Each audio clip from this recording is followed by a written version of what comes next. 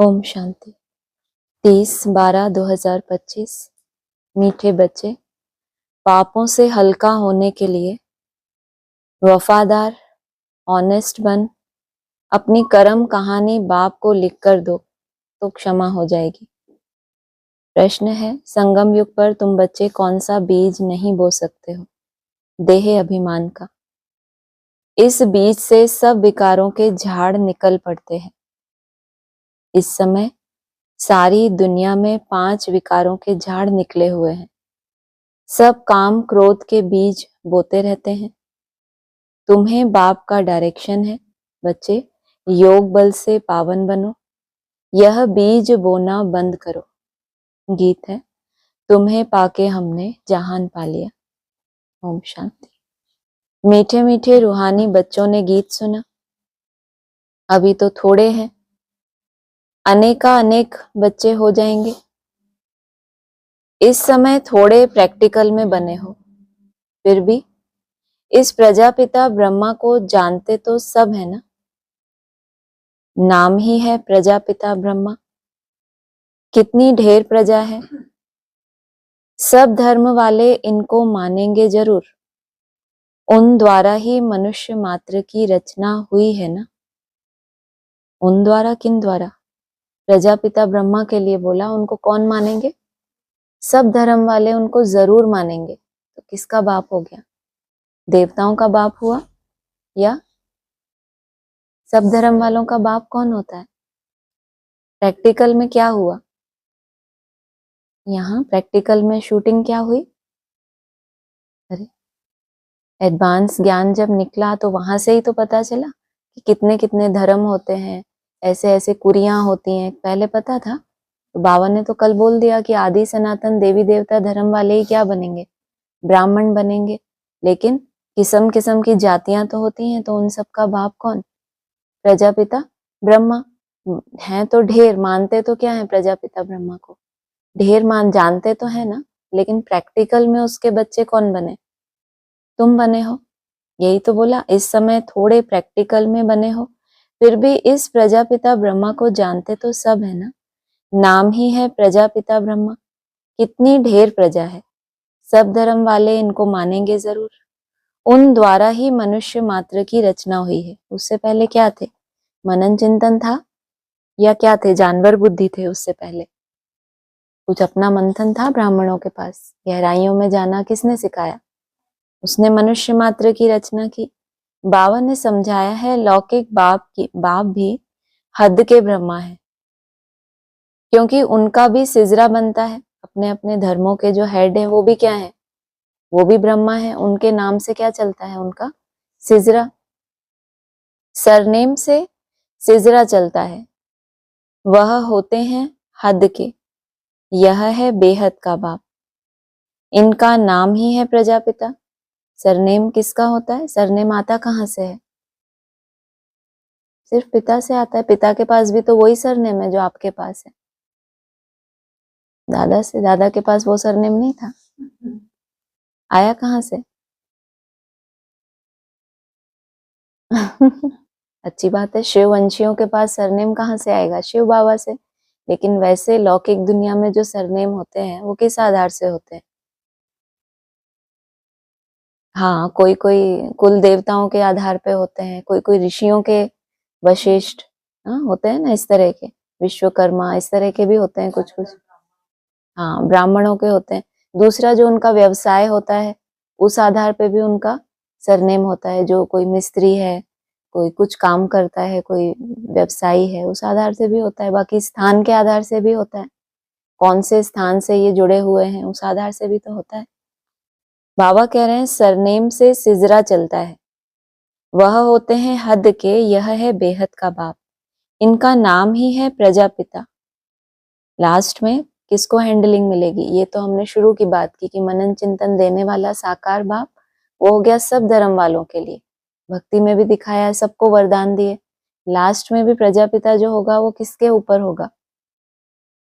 जो भी 7 धर्म पिताएं हैं उन सबके ऊपर कौन होगा? प्रजापिता। वो लौकिक बाप तो लिमिटेड प्रजा रचते हैं, कोई नहीं भी रचते। यह तो जरूर रचेंगे। ऐसे कोई कहेंगे कि प्रजापिता ब्रह्मा को संतान नहीं है। इनकी संतान तो सारी दुनिया है। पहले पहले है ही प्रजापिता ब्रह्मा। मुसलमान भी आदम बीवी जो कहते हैं, सो जरूर किसको तो कहते होंगे ना। एडम, ईव, आदि देव, आदि देवी, यह प्रजापिता ब्रह्मा के लिए ही कहेंगे। जो भी धर्म वाले हैं सब इनको मानेंगे। बरोबर, एक है हद का बाप, दूसरा है बेहद का। मानेंगे क्यों? क्योंकि कुछ ना कुछ क्या हुआ है, जिसको आप कुछ जिससे प्राप्ति होती है उसी को माना जाता है। या विष्णु की तरह अगर सिर्फ देवताओं को ही अमृत पिला दिया तो असुर मानेंगे आपको? क्या कहेंगे? छल किया हमारे साथ। तो सब धर्म वाले तो नहीं मानेंगे। बरोबर, एक है हद का बाप, दूसरा है बेहद का। यह बेहद का बाप है बेहद का सुख देने वाला। तुम पुरुषार्थ भी करते हो बेहद स्वर्ग के सुख के लिए।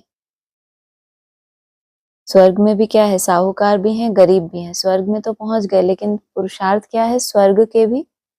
स्वर्ग में जो सुख है, टॉप मोस्ट भी तो कोई सुख होगा ना। वो कैसा सुख होगा? हाँ, अतीन्द्रिय सुख होगा। लेकिन स्वर्ग में तो गए, वहां क्या बोला, वहां प्रजा भी होगी, साफ सफाई वाले भी होंगे। तो स्वर्ग के सुख के लिए यहाँ बेहद के बाप से बेहद के सुख का वर्षा पाने आए हो। स्वर्ग में बेहद का सुख, नरक में बेहद का दुख भी कह सकते हैं। दुख भी बहुत आने वाले हैं। हाय हाय करते रहेंगे। बाप ने तुमको सारे विश्व के आदि मध्य अंत का राज समझाया। ये क्या राज समझाया? अंत में क्या कंडीशन होगी? दुख भी कैसा होगा? हद का दुख हो तो चलो, एक दुख आया फिर चुकतू हो गया। बेहद माना जिसकी कोई हद ही नहीं है, एक आ रहा है दूसरा आ रहा है, और सुख भी एक तरफ कैसा है, बेहद का सुख है। तुम बच्चे सामने बैठे हो और पुरुषार्थ भी करते हो। यह तो माता पिता दोनों हुए ना। पीछे किसकी बात बताई? प्रजापिता ब्रह्मा। उनको मानने वाले सब धर्म वाले मानेंगे, लेकिन यहाँ क्या बताया? माता पिता दोनों हुए ना। इतने ढेर बच्चे हैं, बेहद के माता पिता से कभी कोई दुश्मनी रखेंगे नहीं। माता पिता से कितना सुख मिलता है। गाते भी हैं तुम माता पिता, यह तो बच्चे ही समझते हैं। दूसरे धर्म वाले सब फादर को ही बुलाते हैं, माता पिता नहीं कहेंगे। सिर्फ यहाँ ही गाते हैं तुम माता पिता हम बालक तेरे। कहा भी क्या ऊपर? तुम्हें पाके हमने। तुम्हें माना एक को, और उससे क्या पा लिया? जमीन भी पा ली और आसमान। तो क्या हो गया? ये प्रवृत्ति मार्ग हो गया ना। पाया किसको? शिव बाबा को।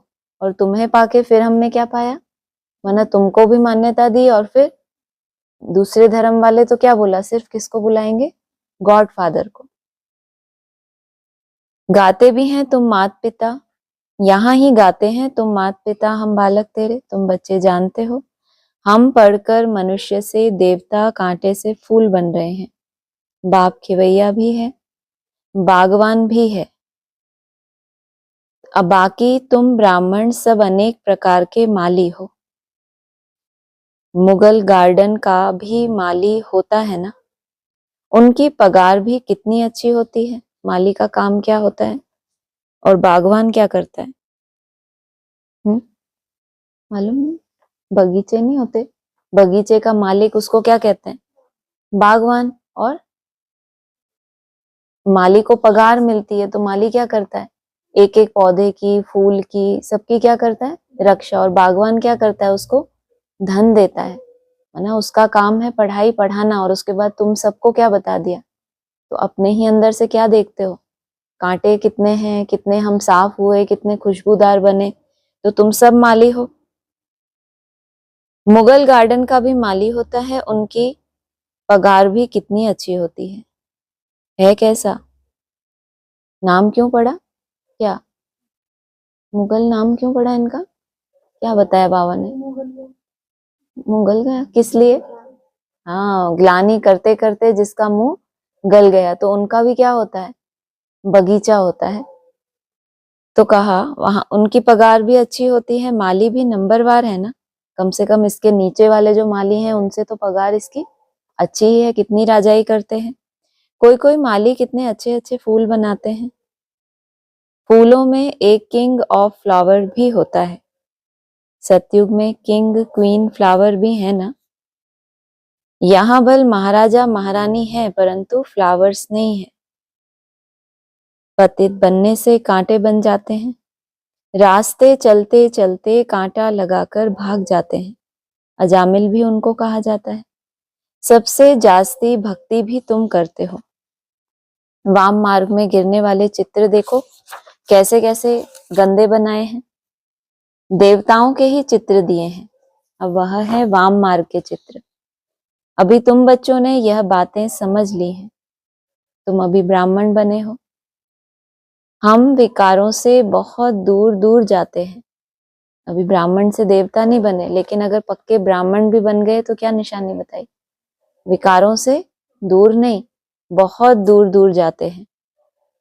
ब्राह्मणों में भाई बहन के साथ विकार में जाना, यह तो बहुत बड़ा क्रिमिनल असॉल्ट हो जाए, नाम ही खराब हो जाता है। इसीलिए छोटेपन से ही कुछ खराब काम किया है तो वह भी बाबा को सुनाते हैं तो आधा माफ हो जाता है। याद तो रहता है ना, फलाने समय यह हमने गंदा काम किया, बाबा को लिख कर देते हैं। जो बहुत वफादार ऑनेस्ट होते हैं वह बाबा को लिखते हैं, बाबा हमने यह गंदा काम किया। वफादार और ऑनेस्ट में अंतर क्या होता है। ऑनेस्ट माना ईमानदार और वफादार, फर्क क्या हुआ। क्या फर्क है, कोई फर्क है। अरे वफादारी कौन से संबंध में चाहिए होती। हाँ, साजन सजनी के संबंध में चाहिए। वफादार माना मेरा तो एक दूसरा ना कोई, ये हो गया वफादारी। और दूसरा फिर स्वयं की चेकिंग करने में बेईमान ना बने कि दूसरे की बहुत अच्छी चेकिंग की और खुद का सच्चा सच्चा पोता मेल दिया ही नहीं, खुद की फेयर चेकिंग नहीं की तो क्या कहेंगे, ईमानदार है। तो कहा वह बाबा को लिखते हैं, बाबा हमने यह गंदा काम किया, क्षमा करो। बाप कहते हैं क्षमा तो होती नहीं, बाकी सच बताते हो तो वह हल्का हो जाएगा। ऐसे नहीं भूल जाता है, भूल नहीं सकता। आगे फिर ऐसा कोई काम ना हो उसके लिए खबरदार करता हूँ, बाकी दिल खाती जरूर है। कहते हैं बाबा हम तो अजामिल थे। भक्ति में कितना खुश करते हैं, थोड़ा सा सिर पे हाथ रखते हैं, बोलते हैं बस तुम्हारा ये काम हो गया। क्योंकि क्या चाहिए उनको कि हमसे और ज्यादा लोग क्या हो, जुड़े। ज्यादा से ज्यादा को क्या बनाना है, उनको अपना फॉलोअर बनाना है। बाबा को क्या करना है, ज्यादा से ज्यादा को छिटकाना है और थोड़ों सो को अपने पास रखना है। तो क्या कह दिया, इतनी कथा करी, ऑनेस्ट होके बाबा को बताओ तो तुम्हारा आधा माफ हो जाएगा। आगे क्या बोल दिया, ब्रह्मा माँ ने क्या बोला, आधा माफ हो जाएगा। आगे बाबा ने क्या ऐड कर दिया, क्षमा तो होती ही नहीं है, बाकी सच बताते हो तो वह हल्का हो जाएगा। क्या हल्का हो जाएगा, कैसे पता चलेगा, कुछ पता चलेगा। हल्का हो जाएगा तो क्या होगा, चेंज। हाँ, और आप जब याद करोगे भगवान को तो उसमें आपको क्या होगा, पहले तो वो जो गंदगी थी वो बार बार इंटरफेयर कर रही थी, अब आपको याद में उतनी परेशानी है ही नहीं। तो धीरे धीरे याद करते करते क्या हो जाएगा, समाप्त हो जाएगा, जैसे विस्मृति सी हो जाए, अविद्या माना। बाकी ऐसे भूल नहीं सकता। आगे फिर ऐसा कोई काम ना हो उसके लिए खबरदार करता हूँ, बाकी दिल खाती जरूर है। कहते हैं बाबा हम तो अजामिल थे, इस जन्म की ही बात है। यह भी अभी तुम जानते हो, कब से वाम मार्ग में आकर पाप आत्मा बने हो। अब बाप फिर हमको पुण्य आत्मा बनाते हैं। पुण्य आत्माओं की दुनिया ही अलग है। भल दुनिया एक ही है, परंतु समझ गए हो कि दो भाग में है। क्या मतलब, दुनिया क्या है, एक ही है। कल क्या बोला था, एक तरफ राम राज्य, दूसरी तरफ रावण राज्य, और तुम कहाँ हो, संगम पर हो, बीच में हो। तो दो भाग में है, एक है पुण्य आत्माओं की दुनिया जिसको स्वर्ग कहा जाता है, दूसरी है पाप आत्माओं की दुनिया जिसको नरक दुखधाम कहा जाता है। पुण्य का खाता जमा कैसे होता है, उस दिन बाबा ने क्या बताया था संडे को, कैसे जमा होता है। पुण्य का खाता, दुआओं का खाता नहीं, पुरुषार्थ का खाता नहीं, पुण्य का खाता। जब अपने स्वभाव, भाव और वृत्ति से, ये बहुत सूक्ष्म है, इससे जब सेवा करते हैं तब जमा होता है आपका पुण्य। बहुत बड़ा पुण्य है। क्या पुण्य है? किसी को भोजन दे दिया, किसी को ज्ञान दान दे दिया, ये किसी की जो अंदर वृत्ति से वो अपने परेशान है, अपने वाइब्रेशन से, और वो आपने क्या कर दिया उसका, तो बहुत उसको भी क्या बना दिया, पुण्य आत्मा बना दिया। उसको भी इस लायक बनाया ना कि वो स्वर्गीय संगठन में बैठ सके। नहीं तो किस लायक था वो? जैसे ही प्रवेश किया था तो बहुत बदबू ही बदबू, तो लायक ही नहीं था। लेकिन वृत्ति से वाइब्रेशन को बदल देना, स्वयं के और फिर दूसरों के, तो ये हो गई पुण्य आत्माएं। सुख की दुनिया और दुख की दुनिया, दुख की दुनिया में सब चिल्लाते रहते हैं हमको लिबरेट करो, अपने घर ले जाओ। यह भी बच्चे समझते हैं कि घर में जाकर बैठना नहीं है, फिर पार्ट बजाने आना है। जिन्होंने इतना चिल्लाया कि छुड़ाओ हमें, घर लेके जाओ, और जब पहुंचे घर तो बाबा ने क्या बोला, अब बैठे ही रहोगे या पार्ट बजाओगे? इस समय सारी दुनिया पतित है, अभी बाप द्वारा तुम पावन बन रहे हो। एम ऑब्जेक्ट सामने खड़ी है, और कोई भी यह एम ऑब्जेक्ट नहीं दिखाएंगे कि हम यह बन रहे हैं। दूसरों को समझाएंगे, जो बने हुए हैं उनका चित्र दिखाते हैं ना। ब्राह्मणों के पास जाओ तो क्या बताते हैं कि ये हमारे मम्मा बाबा हैं, ये क्या बनेंगे, लक्ष्मी नारायण। ऐसा कहते हैं कि हम भी यही बनेंगे। किस आधार से कहें? जब कुछ ना कुछ उनमें वो चरित्र चैतन्य में दिखाई दे, तब तो चित्रों का सैंपल रख के खुद का मिसाल दें।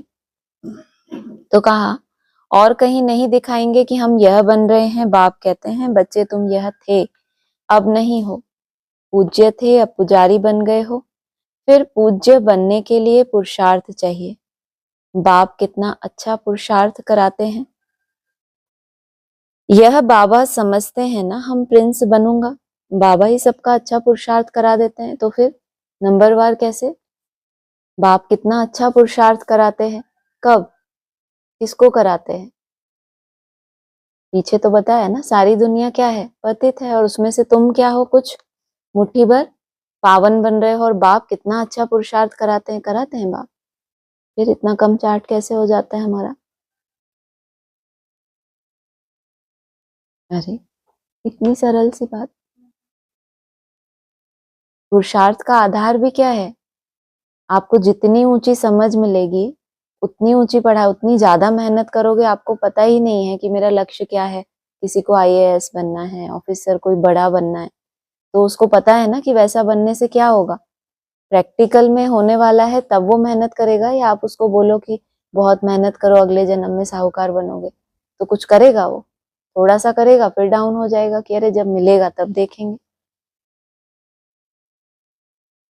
यह बाबा समझते हैं ना, हम प्रिंस बनूंगा, नंबर 1 में है यह। फिर भी हर वक्त याद नहीं ठहरती। सोचो कितना अच्छा बाप पुरुषार्थ कराते हैं, फिर भी ये क्या कह रहे हैं, हर वक्त याद नहीं ठहरती, भूल जाते हैं। कितना भी कोई मेहनत करे, परंतु अभी वह अवस्था होगी नहीं। वरदान ही है। किसने दिया? ब्रह्मा बाबा ने। किस लिए वरदान दे दिया? हाँ, वो कहते हैं नंबर 1 में तो मैं हूँ। बाबा ने मुरली में नाम भी ले दिया, इनका नाम तो लखीराज था, अब नाम सहित बोल दिया कि ये नंबर 1 है। अगर वो ही भूल जाता है तो फिर तुम्हारी अवस्था ठहर जाएगी? तो ठहरेगी नहीं। कितना भी कोई मेहनत करे, परंतु अभी वह अवस्था होगी नहीं। कर्मातीत अवस्था तब होगी जब लड़ाई का समय होगा। पुरुषार्थ तो सबको करना है ना। और लास्ट समय का पेपर भी क्या बताया? उस समय जब चारों तरफ कैसा माहौल हो, हाहाकार के बीच में आपको क्या करना है? 1 सेकेंड में स्टॉप नहीं, क्या फुल स्टॉप होगा तो कोई भी संकल्प चलेगा कि कुछ भी परिस्थिति बन जाए, मान मिले, अपमान मिले, निंदा हो, स्तुति हो। इसलिए कर्मातीत अवस्था और लड़ाई को क्या कर दिया? इसलिए एक मुरली में क्या आया था, झापट टापट खाने के बाद क्या आता है? स्वर्ग। ऐसा क्यों? मना इतना बड़ा तुमको झापट पड़ा, और उसके बाद भी तुम क्या रहे? प्रूफ रहे। तुमने अपनी स्वयं स्थिति को नहीं छोड़ा, तो अब तुमको क्या मिलेगा? अब तुम स्वयं स्थिति में सहज टिकोगे। तो पढ़ाई होती है, लौकिक में भी पढ़ाई पढ़ते हैं। कोई बच्चा कहे मैं तो बहुत इतने घंटे पढ़ता हूँ, माँ बाप तो बोलते ही है ना अच्छी मेहनत करो। पूरा साल उसने माँ बाप को क्या बोला? मैं इतने घंटे पढ़ता हूँ। हम भी रोज बताते हैं ना माता पिता को, बाबा को बताते हैं हम रोज कितना पढ़ते हैं, 4 घंटे, 6 घंटे, 8 घंटे, इतना इतना पढ़ते हैं ना सब। और जैसे ही पेपर हुआ और हम एक दिन पेपर लिखने के लिए कितना टाइम मिलता है लौकिक में, एग्जाम में लिखने के लिए कितना टाइम मिलता है? अरे नहीं पता, कभी पेपर नहीं दिया? दिया? कितना मिलता है? 3 घंटा मिलता है बस, इससे ज्यादा लौकिक में भी टाइम नहीं मिलता। और आप कितनी देर में पास करते हो? कोई पेपर आता है तो 1 सेकेंड में। वाह! और बाकी सब 1 सेकेंड में पार होता है? 1 दिन, 2 दिन, 3 दिन, 4 दिन, लंबा भी होता है ना। कितना होना चाहिए लौकिक हद की पढ़ाई के हिसाब से? अब बच्चे ने तो बोला कि मैं तो 8 घंटे पढ़ता हूँ, 8 घंटे, 3 घंटे में रिजल्ट ही नहीं निकाल पाया, तो फेल होगा।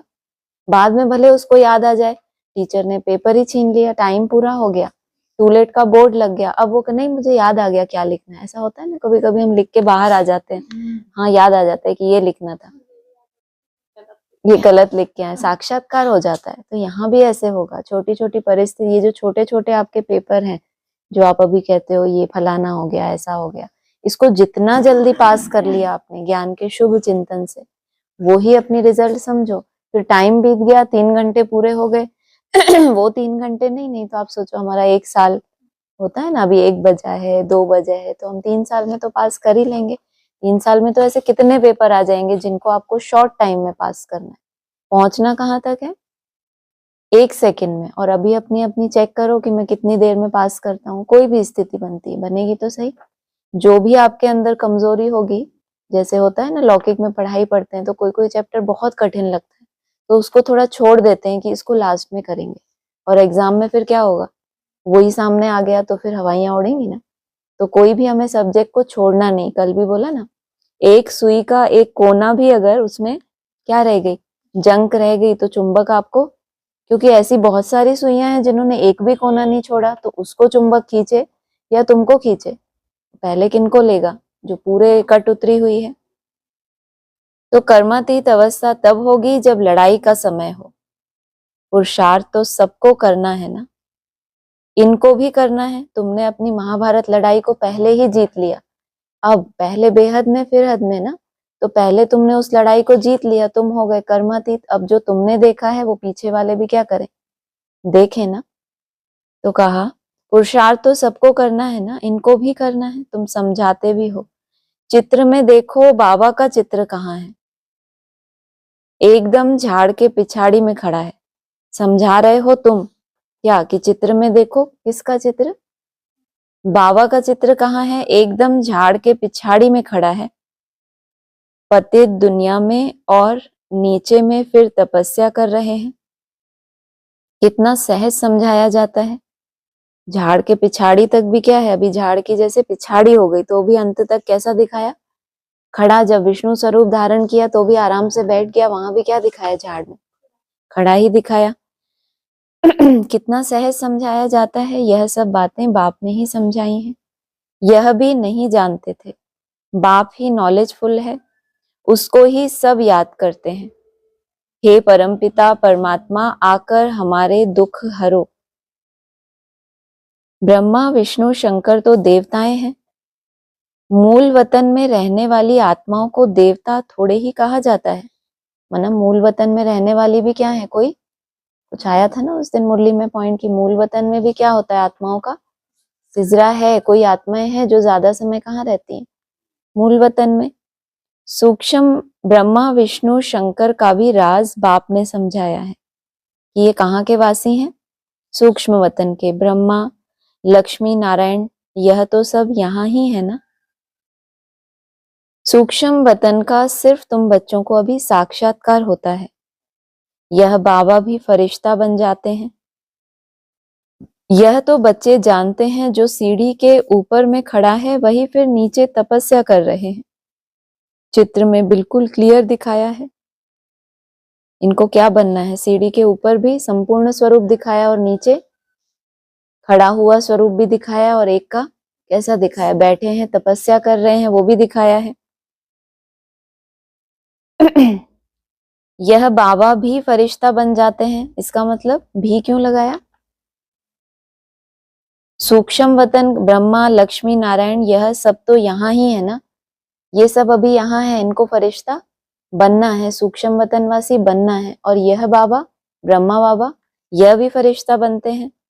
यह तो बच्चे जानते हैं, जो सीढ़ी के ऊपर में खड़ा है वही फिर नीचे तपस्या कर रहे हैं। चित्र में बिल्कुल क्लियर दिखाया है। वह अपने को भगवान कहाँ कहलाते हैं। यह तो कहते हैं हम वर्थ नॉट अ पेनी थे, तत्वम अभी वर्थ पाउंड बन रहे हो तत्वम। कितनी सहज समझने की बातें हैं। कभी कोई बोले तो कहो, देखो यह तो कलयुग के अंत में खड़ा है ना। बाप कहते हैं जब जड़ जड़ी भूत अवस्था वानप्रस्थ होती है तब मैं इनमें प्रवेश करता हूं। अभी राजयोग की तपस्या कर रहे हैं। तपस्या करने वाले को देवता कैसे कहेंगे। राजयोग सीखकर यह बनेंगे। तुम बच्चों को भी ऐसा ताज वाला बनाते हैं ना, यह 100 देवता बनते हैं। ऐसे तो 10-20 बच्चों के चित्र भी रख सकते हैं। किस बात में बताया, बोला है? तुम ही बोलो।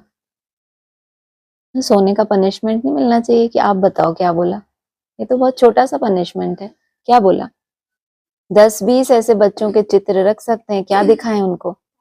ताज है उसके ऊपर। दिखलाने के लिए यह बनते हैं। आगे सबके ऐसे फोटो निकले हुए हैं। थोड़ा आगे बढ़ो तुम। क्या है तुम्हारे भी? अगर 10-20 में तुम्हारा भी फोटो निकल आया तो लॉटरी है ना। ये तो लॉटरी है, हमने टिकट खरीदी है। अभी भी 15-20 है तो चांस है, नहीं है कि उसमें फोटो हो। आगे सबके ऐसे फोटो निकले हुए हैं। यह समझाने की बात है ना। एक तरफ साधारण, दूसरी तरफ डबल सिरताज। तुम समझते हो हम यह बन रहे हैं, बनेंगे वह जिनकी लाइन क्लियर होगी। कंडीशन एक ही है, लाइन कैसी हो? क्लियर हो। और बहुत मीठा भी बनना है। इस समय मनुष्यों में काम, क्रोध आदि का बीज कितना हो गया है। सब में 5 विकार रूपी बीज के झाड़ निकल पड़े हैं। पहले क्या होता है? बीज होता है। विकारों का बीज तो पतित है तो होता ही है, लेकिन झाड़ कैसे निकल आया?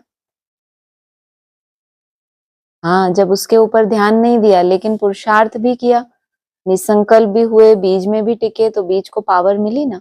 तो वो आसुरी संस्कार क्या हो गए? पक गए, क्योंकि उनको निकालने की कोई विशेष चेष्टा नहीं की। तो अब तो झाड़ निकल पड़े हैं। अभी बाप कहते हैं ऐसा बीज नहीं बोना। संगम युग पर तुमको देह अभिमान का बीज नहीं बोना है, काम का बीज नहीं बोना। आधा कल्प के लिए फिर रावण ही नहीं रहेगा। हर एक बात बाप बैठ बच्चों को समझाते हैं। मुख्य तो एक ही बात है, मन मना भाव। फिर इतनी डिटेल क्यों समझाते हैं हमको कि ये बीज मत बो देह अभिमान का, जब मन मना भाव ही है तो फिर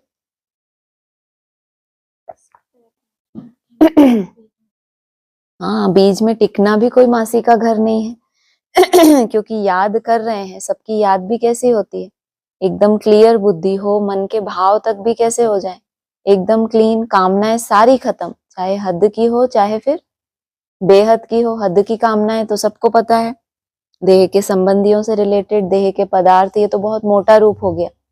और उससे भी ऊपर सूक्ष्म है। जितना आप तपस्या करते हो, त्याग करते हो, जो भी, उसके भी आपको रिजल्ट मिलता है ना। प्रशंसा मिलेगी, कभी ग्लानि भी मिलेगी। ये भी हो सकता है जो आपकी गलती नहीं है वो कलंक भी होंगे। तो भी ये सब क्या है? इनसे भी अगर प्रभावित होते गए तो बीज में टिकेंगे। क्लियर लाइन नहीं हो सकती। सबसे पिछाड़ी में यह है, फिर सबसे पहले भी यह है। योग बल से कितना पावन बनते हैं? कितना पावन बने कि जिसने अंत किया उसने सब कुछ किया। अंत तक टिके रहे तो उनसे ही क्या होगी? फिर आदि होगी। योग बल से कितना पावन बनते हैं। शुरू में तो बच्चों को बहुत साक्षात्कार होते थे। भक्ति मार्ग में जब नौदा भक्ति करते हैं तब साक्षात्कार होता है। यहाँ तो यह बैठे बैठे ध्यान में चले जाते थे। इसको जादू समझते थे। यह तो फर्स्ट क्लास जादू है। मीरा ने बहुत तपस्या की, साधु संत आदि का संग किया। यहाँ साधु आदि कहाँ है? यह तो बाप है ना। सबका बाप है शिव बाबा। कहते हैं गुरु जी से मिले, यहाँ तो गुरु है नहीं। शिव बाबा तो है निराकार, फिर किससे मिलना चाहते हो? उन गुरुओं के पास तो जाकर भेंटा रखते हैं। यह तो बाप बेहद का मालिक है। यहाँ भेंटा आदि चढ़ाने की बात नहीं। यह पैसा क्या करेंगे? यह ब्रह्मा भी समझते हैं हम विश्व का मालिक बनते हैं। बच्चे जो कुछ पैसा आदि देते हैं तो उन्हों के लिए ही मकान आदि बना देते हैं। पैसे तो न शिव बाबा के काम के हैं न ब्रह्मा बाबा के काम के हैं। कैसे संस्कार हैं? हाँ, चाहे शिव बाबा का पार्ट हो चाहे ब्रह्मा बाबा का, दोनों की ये कैसी बताई? संस्कार क्या बताया? प्रैक्टिकल में भी दिखाया ना। क्या धन का त्याग करवाते हैं? चाहे एडवांस परिवार था चाहे फिर नई दुनिया हो, क्या चाहते हैं? धन को वैल्यू देते हैं? धन को वैल्यू कौन देता है? ना शिव बाबा देते हैं ना ब्रह्मा बाबा देते हैं। तो फिर ये जो पीछे की वंशावली आई, ये किसको महत्व देते हैं? सबसे ज्यादा धन को महत्व देते हैं। बाकी ना तो शिव बाबा ना ब्रह्मा बाबा। यह मकान आदि बनाया ही है बच्चों के लिए, बच्चे ही आकर रहते हैं। कोई गरीब है, कोई साहूकार है, कोई तो 2 रुपए भी भेज देते हैं, बाबा हमारी एक ईंट लगा दो। कोई 1000 भेज देते हैं। भावना तो दोनों की एक है ना, तो दोनों का इक्वल बन जाता है। यहाँ कौन सा धन भेजते हो? रोज डायमंड भेजते हो? धन तो क्या, तुम क्या भेजते हो? हमने अपने मन को ही क्या कर दिया? डाय माना मर गया मन। हाँ, कह सकते हैं मन को ही मार रहे हैं दिन भर, तो हम इकट्ठे कर रहे हैं कि हमारे पास डायमंड है इतने। कोई कितने भेजता है? 2। कोई 1000 की लाइन वाले भी तो होंगे ना। 1000 की लाइन में कितना है तुम्हारा टारगेट? अरे 1000 वाला कोई टारगेट नहीं। 1080 मतलब क्या? 1080 नहीं कह सकते। तो कोई 2 की लाइन में है तो कितने रुपए भेज रहे हैं? 2 रुपए। हाँ, 2 रुपए ही कहेंगे। बाबा ने ऐसा बोला। तो दोनों का क्या हो जाता है? कब तक इक्वल है? अलबेलेपन वाले 2 रुपए हैं कि हैं तो बहुत सारे, हम चाहते तो तिजोरी खोल के और थोड़ा खींच सकते थे। धनुष है ना, शरीर क्या है ये? धनुष है। बाबा क्या कहते हैं? इतना फ्लेक्सिबल हो, जितना इससे तीखा पुरुषार्थ करना चाहो उतना ये खिंचता चला जाए, तो कहेंगे बहुत फ्लेक्सिबल है। तो वो वाले 2 नहीं, हैं ही 2 रुपए। पूरी हमने तिजोरी खाली कर दी, पूरा जो भी था घर में वो सब हमने निकाल दिया कि ये भी बाबा को दे दें। ये भी तो हमारे पास भी क्या है? सब तरह के अस्त्र शस्त्र जो थे हमने सब लगा दिए, फिर भी कितनी कमाई हुई? 2 रुपए। बाबा ने जीवन कहानी अपनी बताई है ना। सारा दिन मेहनत की और मिला क्या? चाय बेचते थे, क्या होता था? एक सिक्का मिला, वो भी कैसा? खोटा। हाँ, तो लेकिन बनता इक्वली है। फिर कोई कह देते हैं, सॉरी, फिर बच्चे आते हैं जहां चाहे रहें, जिसने मकान बनवाया है वह अगर आते हैं तो उनको जरूर सुख से रहाएंगे। किसको? क्या बोला? कोशिश करो। हाँ, जिसने मकान बनवा के दिया है, जिसने धन लगाया, वो जब आएगा तो क्या करेंगे? सुख से रहाएंगे।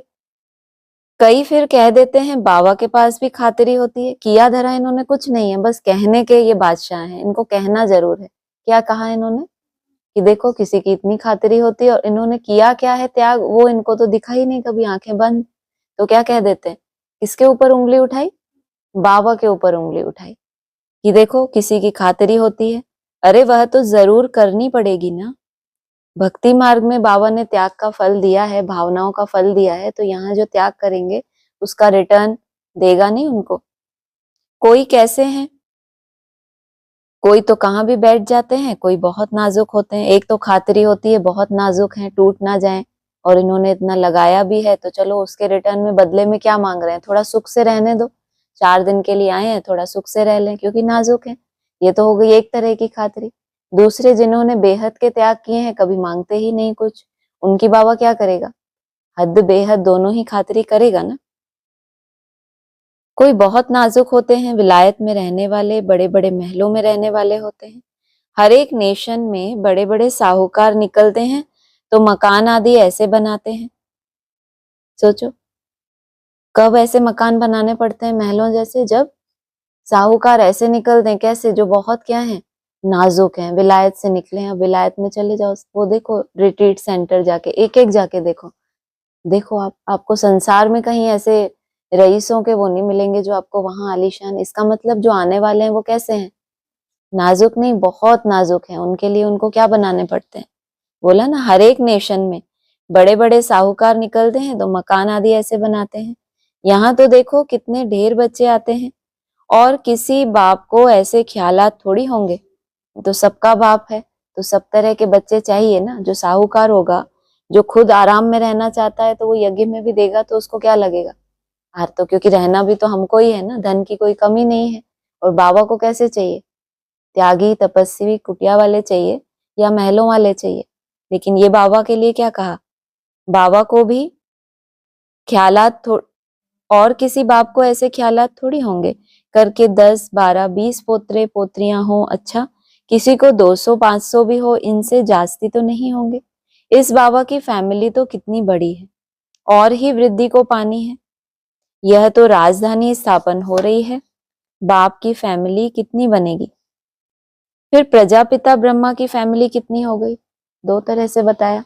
बाप की फैमिली तो रुद्रमाला कितनी बड़ी बता दी, 500 700 करोड़, सबको ही क्या बता दिया, सब बाप के बच्चे हैं। फिर प्रजापिता ब्रह्मा की फैमिली कितनी हो गई?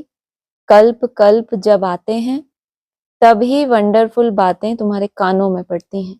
जो साहूकार जिनके लिए बड़े बड़े महल चाहिए, वो तो क्या हो गई? वो तो बहुत बड़ी फैमिली हो गई। शिव बाबा के सब तरह के बच्चे और प्रजापिता ब्रह्मा जो 16,000 आत्मा है, उनकी फैमिली फिर अलग हो गई ना। कल्प कल्प जब आते हैं तभी वंडरफुल बातें तुम्हारे कानों में पड़ती हैं।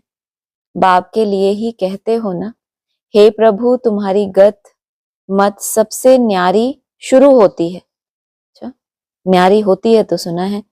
हे प्रभु तुम्हारी गत मत सबसे न्यारी शुरू होती है। शुरू से ही कैसी है? एकदम सबसे न्यारी और सबसे प्यारी। भक्ति और ज्ञान में फर्क देखो कितना है। भक्ति में तो क्या होता है? खूब भक्ति भावनाएं, फिर जब दुख पड़ता है तो वैराग आता है, फिर भगवान को याद करते हैं। और ये कैसे हैं? इन्होंने तुम्हारी गति और तुम्हारी मति कैसी बनाई कि शुरुआत से लेकर अंत तक तुम्हारा क्या हो जाता है? भगवान से कनेक्शन टूटता है किसी भी रूप में। बाप तुमको समझाते हैं स्वर्ग में जाना है तो दैवी गुण भी धारण करने चाहिए। अभी तो कांटे हैं ना, गाते रहते हैं मैं निर्गुण हारे में कोई गुण नहीं। बाकी 5 विकारों के अवगुण हैं, रावण राज्य है। अभी तुमको कितनी अच्छी नॉलेज मिलती है, वह नॉलेज इतनी खुशी नहीं देती है जितनी यह। वह नॉलेज इतनी खुशी नहीं देती है जितनी यह। वह नॉलेज माना वह नॉलेज माना जिसमें विस्तार बहुत है। ये पार्ट है, फलाना चक्कर है, धर्म पिताएं, उसमें हमारी आत्मा का क्या उत्थान होता है। वो नॉलेज तुमको इतनी अच्छी नहीं लगेगी जितनी यह। तुम जानते हो हम आत्माएं ऊपर मूल वतन में रहने वाली हैं, टच करके भाग के आने वाली नहीं है। क्या करेंगे? मूल वतन में भी रहने वाली हैं। सूक्ष्म वतन में ब्रह्मा विष्णु शंकर, वह भी सिर्फ साक्षात्कार होता है। ब्रह्मा भी यहाँ, लक्ष्मी नारायण भी यहाँ के हैं, यह सिर्फ साक्षात्कार होता है। व्यक्त ब्रह्मा, सो फिर सूक्ष्म वतनवासी ब्रह्मा फरिश्ता कैसे बन जाते हैं, वह निशानी है, बाकी है कुछ भी नहीं। माना हुआ है प्रैक्टिकल में। क्या? व्यक्त ब्रह्मा फिर क्या बना? सूक्ष्म वतनवासी प्रैक्टिकल में बना। तो उसकी निशानी है, बाकी है कुछ नहीं। अभी तुम बच्चे सब बातें समझते जाते हो, धारण करते जाते हो, नई बात नहीं है। तुम अनेक बार देवता बने हो, डीटी राज्य था ना। यह चक्र फिरता रहता है, वह विनाशी ड्रामा होता है। यह है अनादि अविनाशी ड्रामा। यह तुम्हारे सिवाय और कोई की बुद्धि में नहीं है। यह सब बाप बैठ समझाते हैं, ऐसे नहीं कि परंपरा से चला आया है। बाप कहते हैं यह ज्ञान अभी तुमको सुनाते हैं, फिर यह प्रायः लोप हो जाता है। तुम राजाई पद प्राप्त कर लेते हो, फिर सतयुग में यह नॉलेज होती नहीं। अच्छा, मीठे मीठे सिकी लदे बच्चों प्रति माता पिता बाप दादा का याद प्यार, गुड मॉर्निंग। रूहानी बाप की रूहानी बच्चों को नमस्ते, रूहानी बच्चों की रूहानी बाप दादा को नमस्ते। धारणा के लिए सार है, सदा स्मृति रहे कि हम अभी ब्राह्मण हैं, इसीलिए विकारों से बहुत बहुत दूर रहना है। कभी भी क्रिमिनल असॉल्ट ना हो। बाप से बहुत बहुत ऑनेस्ट वफादार रहना है। डबल सिरताज देवता बनने के लिए बहुत मीठा बनना है, लाइन क्लियर रखनी है। राजयोग की तपस्या करनी है, वरदान है। सदा बेहद की स्थिति में स्थित रहने वाले बंधन मुक्त, जीवन मुक्त भव। देह अभिमान हद की स्थिति है, देही अभिमानी बनना यह है बेहद की स्थिति। इसलिए क्या कहते हैं, कर्म करते हुए भी क्या करो, बार बार कुछ कुछ सेकंड बेहद में चले जाओ, तो वो जो कर्म का बंधन है वो तुमको क्या नहीं करेगा, बांधेगा नहीं। किसी से कोई बोलचाल हो गया, किसी से ऊपर नीचे कुछ भी हो गया, तो वो तुमको प्रभावित क्यों करता है तुरंत, और फिर उसको जीतने में कितना समय चला जाता है। क्योंकि जब उस कर्म में थे तो तुम बेहद की स्थिति में नहीं थे। हद का कर्म हद के शरीर से कर रहे थे, तो क्या हुआ, जब पेपर आया तो हद में ही चले गए। जैसे लौकिक में होता है, खूब संकल्प विकल्प चलते हैं, फिर भगवान का नाम लेते हैं, फिर चलते हैं, फिर तो बेहद स्थिति में अगर टिके रहेंगे तो क्या होगा, बंधन मुक्त। देह में आने से अनेक कर्मों के बंधनों में हद में आना पड़ता है, लेकिन जब देही बन जाते हो तो ये सब बंधन खत्म हो जाते हैं। जैसे कहा जाता है, बंधन मुक्त ही जीवन मुक्त है। सोचो, हम सोचते हैं जीवन मुक्ति मतलब पता नहीं कौन सी स्टेज आ जाएगी, लेकिन यहाँ क्या है, जो भी कर्म है, जिनके भी संपर्क में आते हैं, जो भी प्रभाव डालते हैं आपके मन पे, और कई दिन तक आप टॉर्चर होते रहते हो, तो क्या है, ये आपका बंधन है। अगर इस बंधन से मुक्त हो गए तो समझो क्या शुरू हो गया आपका जीवन मुक्ति। अभी तो मुक्ति है, कुछ कुछ सेकंड निसंकल्प हो गए, कुछ घंटे हो गए, सारे दिन में 6 घंटे 8 घंटे हो गए, बाकी क्या है, कुछ ना कुछ संकल्पों के बंधन में रहे ना, तो बंधन मुक्त ही जीवन मुक्त है।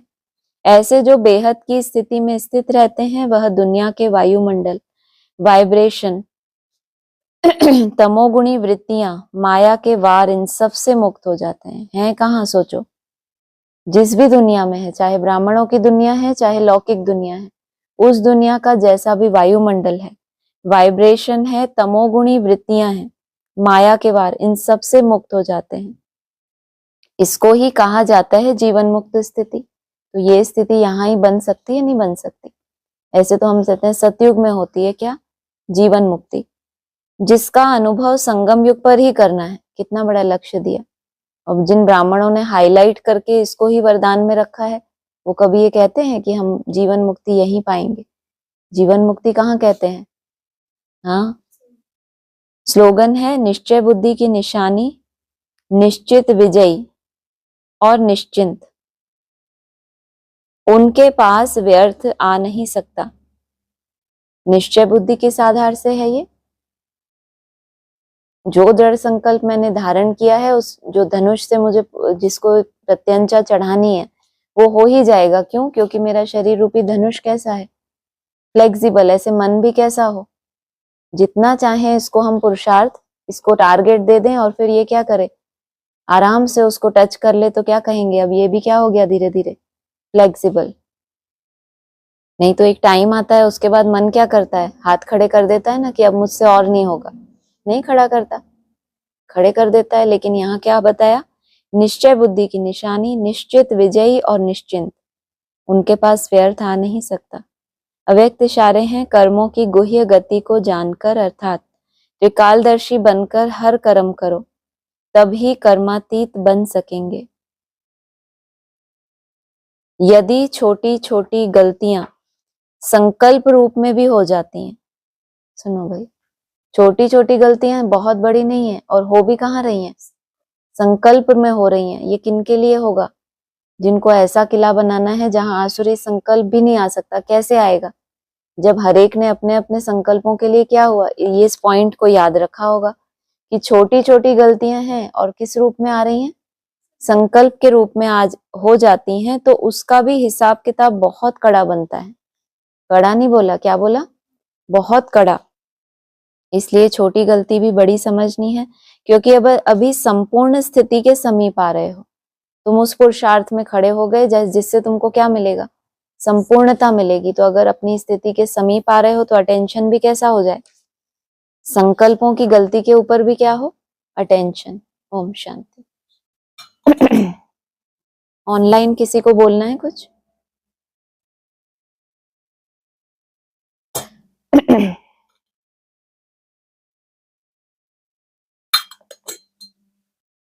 ओम शांति। ओम शांति। हाँ जी।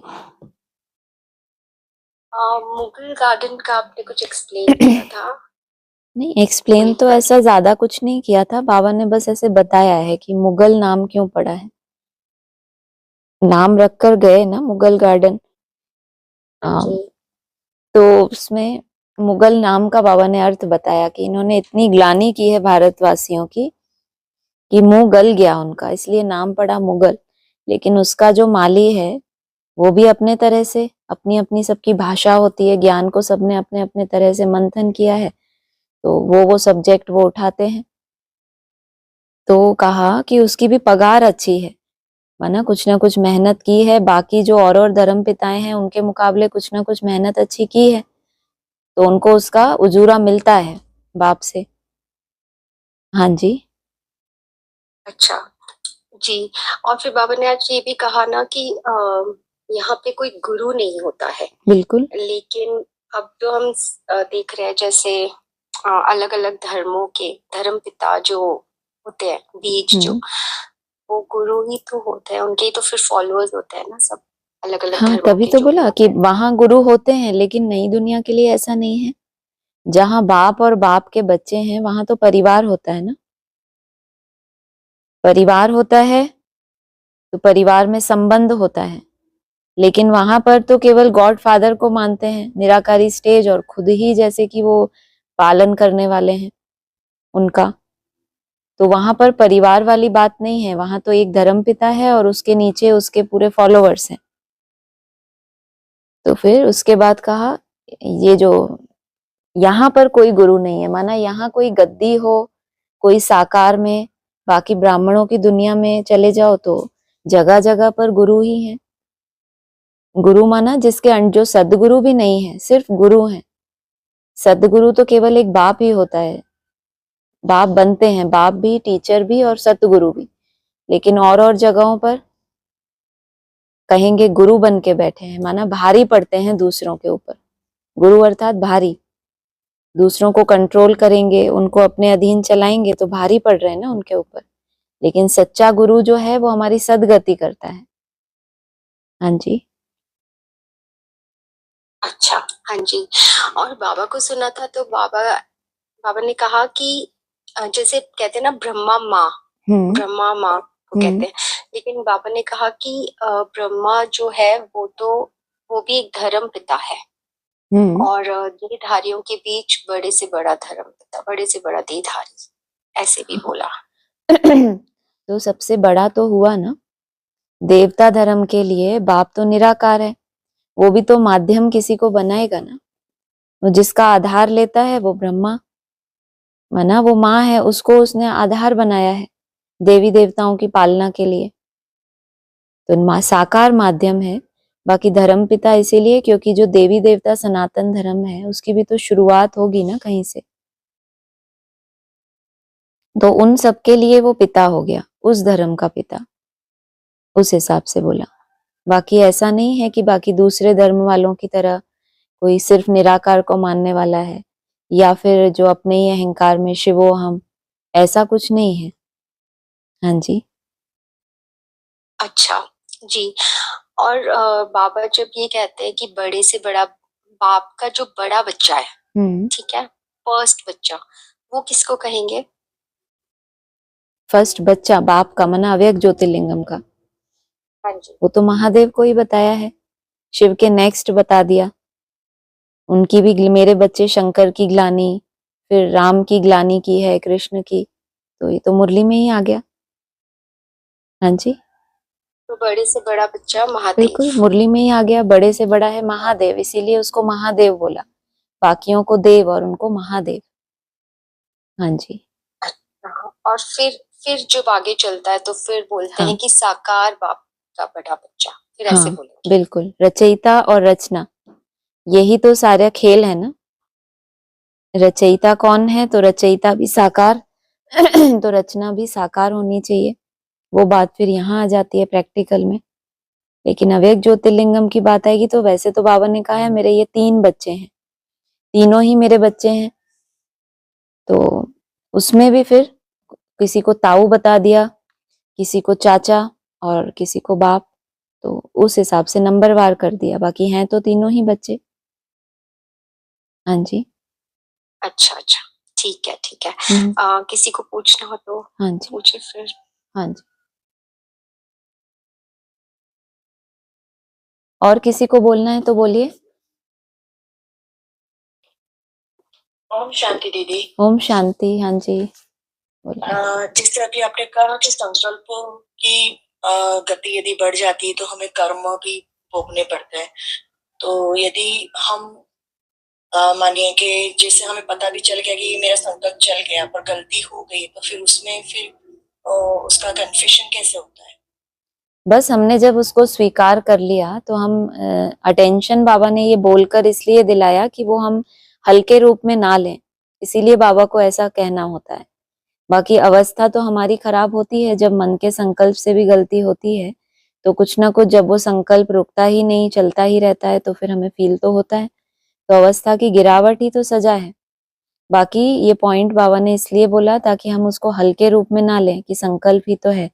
मनसा में कितने भी तूफान आए, बाबा ने बोला है कोई कोई बच्चों के लिए कर्मेंद्रियों से कोई भूल नहीं हो रही तो कोई पाप नहीं, ये उनके लिए जो कंट्रोल नहीं कर सकते। लेकिन जो उन्होंने संकल्पों के ऊपर यात्रा अब शुरू कर दी है, उनको तो हर संकल्प की गलती का भी अटेंशन देना है, इसलिए बाबा ने इस तरह से बोला है।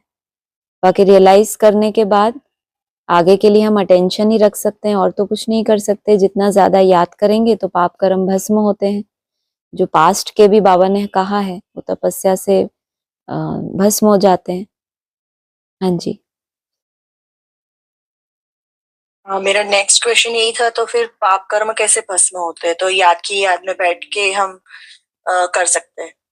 करना नहीं तो होता, उसमें जितना आप याद करते जाते हैं ऑटोमेटिक वो संस्कार आपका जो बार बार संकल्प के रूप में गलती हो रही है, रिपीट हो रही है, वो रिपीट होने का गैप बढ़ता जाता है।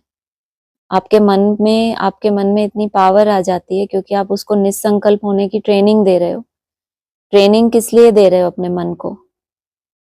कोई भी पहलवान ट्रेनिंग करता है, लड़ कुश्ती की ट्रेनिंग करते हैं वजन उठाने की, कि जब रेस होगी या जब कंपटीशन होगा तो उस समय मुझे इतना इतना वेट उठाना है। तो ट्रेनिंग इसलिए हम अपने मन को करा रहे हैं कि जब हम उसको ऑर्डर करें ये सही नहीं है, इसके लिए संकल्प नहीं चलने चाहिए, तो वो हमारे उस ऑर्डर को तुरंत माने, नहीं तो फिर फेलियर कहा जाएगा। बाबा ने तो कहा 1 सेकंड से 2 सेकंड भी हुआ तो फेल। तो अभी हम उसको इसीलिए इतनी ट्रेनिंग दे रहे हैं कि जब हमारा पेपर हो, जब ऐसी कोई स्थिति सामने आए, उस समय हम उसको ऑर्डर करें स्टॉप और वो रुका रहे, तभी पास विद ऑनर होंगे। हाँ जी। तो ये ज्वाला स्वरूप में जैसे ड्रिल है, तो फिर उसमें बैठ के ये बिल्कुल। संकल्प को हाँ जी, हाँ जी। अपने उस कमजोरी को रियलाइज किया, उसके बाद आप जो भी मेहनत करते हो बीज रूप अवस्था की, वो सब उसको खत्म करने के लिए ही जाती है, क्योंकि आपके मन में बहुत दृढ़ता से ये संकल्प है कि ये मेरा संस्कार जाना चाहिए। हाँ जी। ठीक है दीदी। और ओम कुछ? शांति। ओम शांति। और किसी को बोलना है? हाँ जी दीदी। हाँ जी। जैसे बाबा ने बोला ना कि बाप की जो पहली प्रत्यक्षता है हाँ वो जी। उत्तर पूर्व के कोने से होती है, हम्म। तो इसमें कैसे कहेंगे फिर हम? अब ये पूर्वी सभ्यता को बताया है कि एकदम शुरुआत वहां से होती है, सनराइज वहां से होता है। तो जब ये ज्ञान की शुरुआत भी होती है तो पहले पहले पूर्व की तरफ से ज्ञान जाता है, तो वहां से आवाज फैलता है। जैसे कलकत्ता है, इसको आवाज फैलाने में सहयोगी बताया है, बाकी उसका भी पूर्व है। तो जब ये नई दुनिया का ज्ञान शुरुआत में होता है, गर्भ में होता है, तो इसकी शुरुआत वहां से होती है। मना पहले पहले उजाला जिनके पास गया, फिर वो कितना चले नहीं चले, लेकिन पहले पहले उदय हुआ वहां पे सूर्य। क्योंकि सारे ब्राह्मणों की दुनिया में धीरे धीरे 2000, 2004, फिर 2008, फिर 12, फिर 18, धीरे धीरे क्या हो रहा था, अंधकार ही बढ़ रहा था। क्योंकि जिन जिन वर्षों के लिए उन्होंने जो जो घोषणाएं सुन रखी थी एडवांस में, वो उनको कहीं से दिख नहीं रही थी। तो धीरे धीरे आत्माएं जैसे कि अंधकार की तरफ जा रही थी। लेकिन गर्भ के अंदर सौगात तो बाबा ने 2004 से ही दे दी। तो उस सौगात का फिर प्रैक्टिकल में जब विस्तार होगा, कहीं किसी के कान में तो पहले आवाज जाएगी ना। तो वो सनराइज वहां से बताया है, पूर्व दिशा से। हाँ जी जी। और बोला शंकर चाप जहाज चाही चढ़ उतरे, चाही चढ़े उतरे पारनर, पारनर। हाँ जी। हाँ जी, तो ये कैसे कहेंगे फिर? मना जो जहाज मिला आपको, एक तो बताया है चंद्रकांत वेदांत जहाज, दूसरा है शंकर चाप जहाज। मना ये जहाज ऐसा मिला आपको जिस पे सवार हुए, उस पर सवार हो गए। मना उसने जो हमें समझ दी, उसने जो हमें मार्ग बताया, उस पर चलने लगे। नहीं तो बाबा ने कहा है कि स्टीमर को छोड़ के उतर जाते हैं, यहाँ वहां चले जाते हैं, खान पान में लग जाते हैं। तो स्टीमर उनको जहां तक ले जाना चाहता था वहां तक तो नहीं पहुंच पाए, बीच में ही उतर गए। तो बाबा ने बताया है कि स्टीमर तो ले जाता है उनको दूसरे पार, लेकिन ये बीच में जो उतर जाते हैं तो पार नहीं जा पाते। बाकी उस समझ को लास्ट तक अगर निश्चय बुद्धि होकर कि बाप ने ये जो ज्ञान, जब जो मुरलियों में अनाउंसमेंट हुई हैं, ईयर वाइज भी हुई हैं, जो भी रहस्य हैं मुरलियों के, उसके प्रति निश्चय बुद्धि होकर जो रहें, तो कहेंगे कि जहाज पर जैसे कि सवार ही हैं। फिर वो जहाज आगे कोई भी संभाले, लेकिन जो पहले पहले निमित्त बना उसका रिगार्ड उनकी बुद्धि में रहता है। तो नाम तो जिसका जहाज है, जिसने उसकी शुरुआत की है, नाम तो उसी का चलेगा ना। फिर आगे उसको कोई भी बढ़ाता रहे, ट्रांसफर भी तो होता है ना। हाँ जी जी दीदी, बस यही पूछना। हाँ जी। ओम शांति। और किसी को बोलना है?